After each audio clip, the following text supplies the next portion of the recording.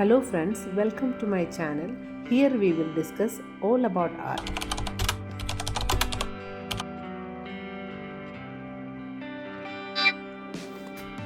ബാംഗ്ലൂരിൽ നിന്നൊരു 2 hours journey ഉണ്ട് കേട്ടോ. ശ്രാവണബെളഗൊള എന്ന് പറഞ്ഞൊരു സ്ഥലത്തേക്കാണ് ഞങ്ങളിന്ന് പോകുന്നത്.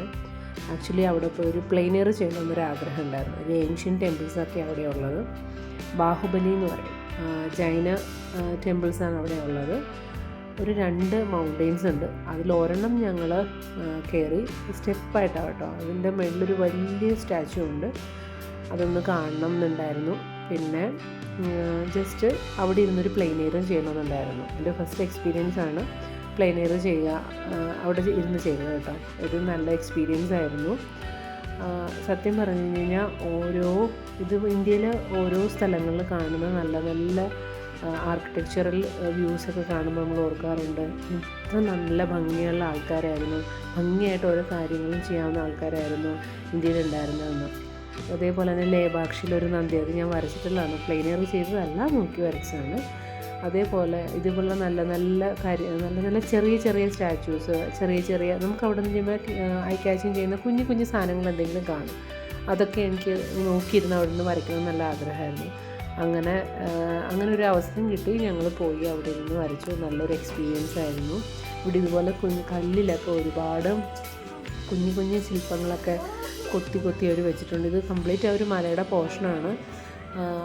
അതുപോലെ തന്നെ ആ സ്റ്റാച്ചു കംപ്ലീറ്റ് ഒരൊറ്റ കല്ലിലുണ്ടാക്കിയതാണ്.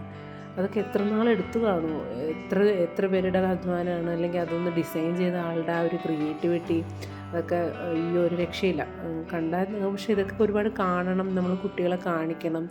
ഇങ്ങനെയുള്ള കാര്യങ്ങളിൽ കുട്ടികളുടേതായ ഒരുപാട് അറിവുകൾ കിട്ടുന്ന ഇങ്ങനെയുള്ള കുഞ്ഞു യാത്രകൾ എനിക്ക് എന്തായാലും നല്ലപോലെ ഞാൻ എൻജോയ് ചെയ്തു.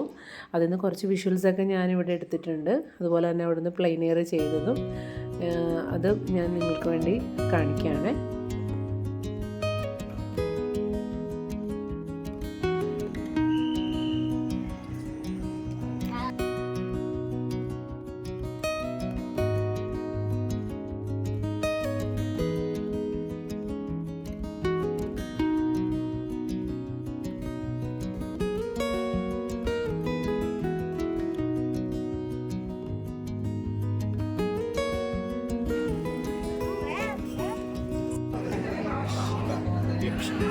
ഹിന്ദുസുമായിട്ട് വളരെ കണക്റ്റഡ് ആണ്. അത് ഹിന്ദുയിസം തന്നെയാണ്.